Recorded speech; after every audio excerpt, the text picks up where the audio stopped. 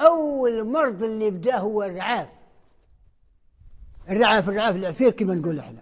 والله العظيم الا كثر ذاك العام العفير بزاف عندنا احنا. وبدا المرض يجي بشويه شويه، بصح الله غالب ما فاهمينش احنا ذاك القيس، ما عارفين واش السبب هذا. وأردنا نحن فهم الأسباب التي أدت إلى انتشار المرض بقوة، فكانت وجهتنا القطاع الصحي المتواجد بالمنطقة. عدد الناس اللي عندهم مرض السرطان كل سنة والعدد في ارتفاع. المعظم تاعهم الأكثرية فايتين 60 عام.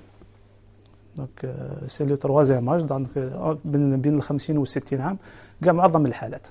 الاشعاعات النوويه تعطي اصابات بالسرطان وتعطي تشوهات، يعني التاثير البيولوجي نتاع التجارب النوويه معروف، التاثير البيولوجي على البيئه، على المحيط، على الانسان.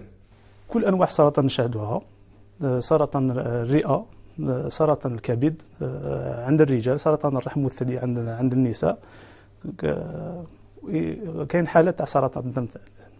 على حسب التجارب المحليه نتاعي، يعني لقيت ناس برا يهضروا في منطقه ركان واولف، يقول لك ما كانش عائله، ونعاودها ونسولينها هذا بخطين، ما كانش عائله اللي ما فقدت على الاقل شخص بالسرطان في منطقه أدرا.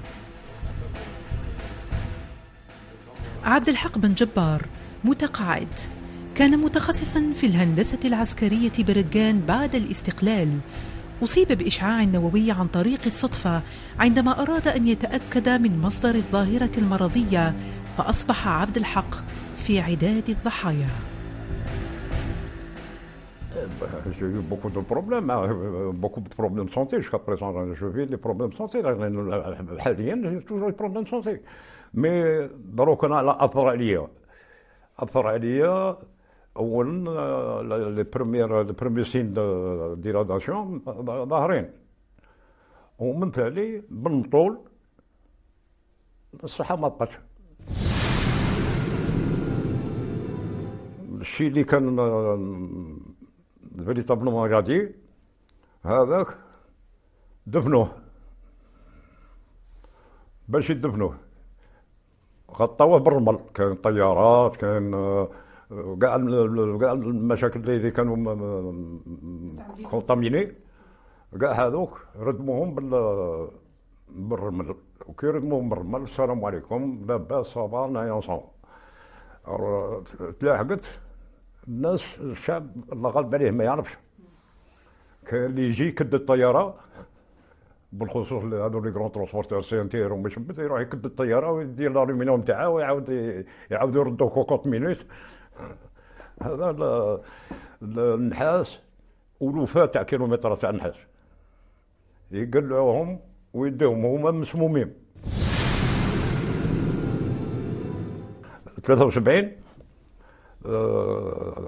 خرجت يعني ولد، وفي ذاك الوقت 76 عندي البنت هذه عايشه، مولات عام عامين ما فهمولاش، ديناها لوبيتال تاع نيس متخصص في الدراري، لوبيتال لونفال، ثماك جبروا لها 3 كلاوي، جبروا لها هذاك حلوها قطعوا لها الكلاوي خلاو لها كلوه وراهي تعال الان عندها مشاكل. C'est-à-dire أنا الوالد تاعي ديجا كان contaminé, donc il a eu des problèmes de santé par la suite qu'il a traité وكل شيء. Donc أنا à ma naissance en 1980 je suis née avec une malformation congénitale. زدت في بلاصة فنورمالمون نزيدو كاع بزوج تاع الكلى، انا زدت 3. وفي هذاك نورمالمون نقول لك عندها زهر 3 غان، سي كيك شوز دو فورميدابل. انا سيتي لو بروبليم سيتي كو هذاك لو 3 غان ديجا كان مريض وكان لاصق مع لو 2. دونك هنا اون لا سو كو à l'âge de 4 ans كان عندي 4 سنين on a été en voyage حتى j'avais toujours des problèmes de santé et puis on savait pas chacun عندي exactement, ils arrivaient pas à déterminer d'où venait le problème. دونك رحنا فاكونس ان فرانس، تماك مرضت تاني وعرفوا دونك جيتي امني على لوبيتال، تماك عرفوا سكو جافي اكزاكتومون وين داروا لي عمليه جراحيه. دوك الحمد لله سافا. مي كاع هكا جي انكور كلكو بروبليم دو سونتي، ماشي مع لي غان، مي سي توجور دي بتي بروبليم، دي بروبليم هرمونو، دي بروبليم سي on va dire que دائما انا مريضه.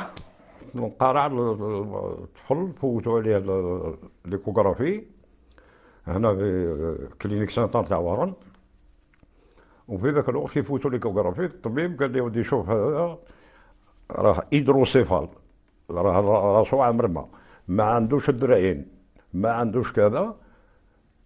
في ذاك الوقت تحتمت يعني باش من ولا 6 شهور هذه.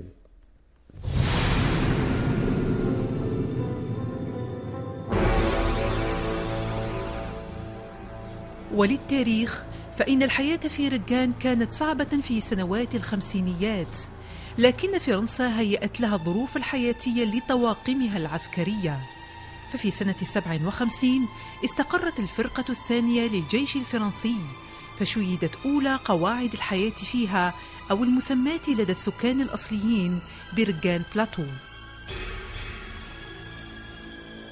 هنا استقر أكثر من 6500 فرنسي ما بين علماء وتقنيين وجنود، و3500 جزائري من العمال البسطاء والمعتقلين.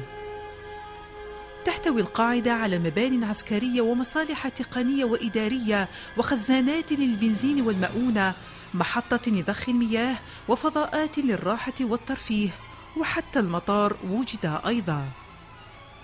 كانت فرنسا تتوهم بأنها في عقر دارها في صحراء الجزائر.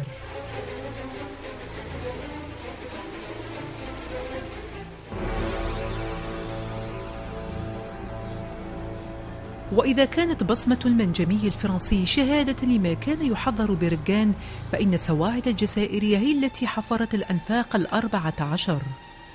داخل الأنفاق المظلمة ومنها ما غطتها الرمال وجدت مخابر، فهل خصصت لجمع محتويات القنبلة أو لتحليل التجارب التي أجريت بعد الانفجار على كل ما يدب في هذه المنطقة؟ لغز ينتظر أن تفك طلاسمه يوما ما. الجزائريين الذين استعملوا أو وظفوا في الموقع كان أولا قبل تفجير القنبلة كان ضورا نتاعهم ضور يعني خدامين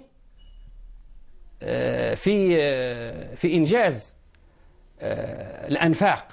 هذا الجزائريين ما همش مسجلين، ما عندناش قوائم اسميه تاع هذه الناس اللي عملت، على الاقل يستفيد بتقاعد، على الاقل ما كانش. كانت بعض العائلات تبوح يعني بعض الاسرار انه في انجاز يعني الانفاق كان سببت الى كوارث وحتى الى موت كثير يعني مثلا من العمال الجزائريين.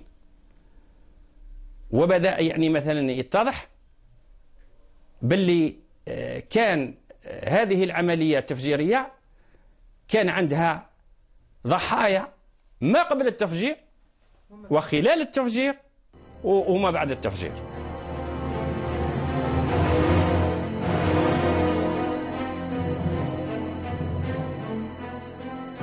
من هنا حتى لبشار كل هذا الشيء كانت تعملوه فرنسا، ماهوش لا الخدام يمشي ديريكت، اللي يعرف يخدم منه بلول ولا حاجه راه يقعد ديريكت، ومن بعد كانوا بالبديله كل 15 يوم هادو كيخرجوا الكل ويدخلوا الثانيين. أول طريق اللي خدمناها منها في الكروزما وين كاينه ما بين لاباز ميليتير والقصر هذاك القصيف اللي عملناه. منا تستعمل من الطريق هذيك 43 كيلومتر حتى لاباز نتاع حموديه، ومن حموديه لابومباتوميك 20 كيلو، صافي 63 كيلو. سلكنا طريقنا نحو الحمودية التي تبعد عن ركان ب60 كيلومترا. طريق خربته فرنسا قبل مغادرتها لكي لا يكشف ما اقترفته.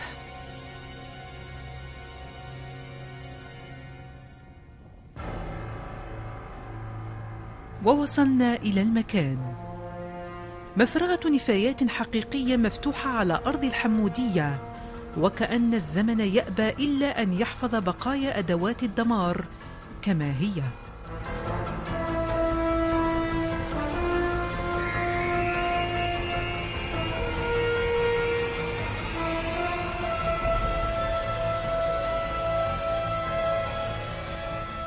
القيادة العسكرية لحمودية متكونة من مركزين، الأول عسكري للتحكم في الانفجار، والثاني مخصص لرصد كل المعلومات التي تتبع التجربة.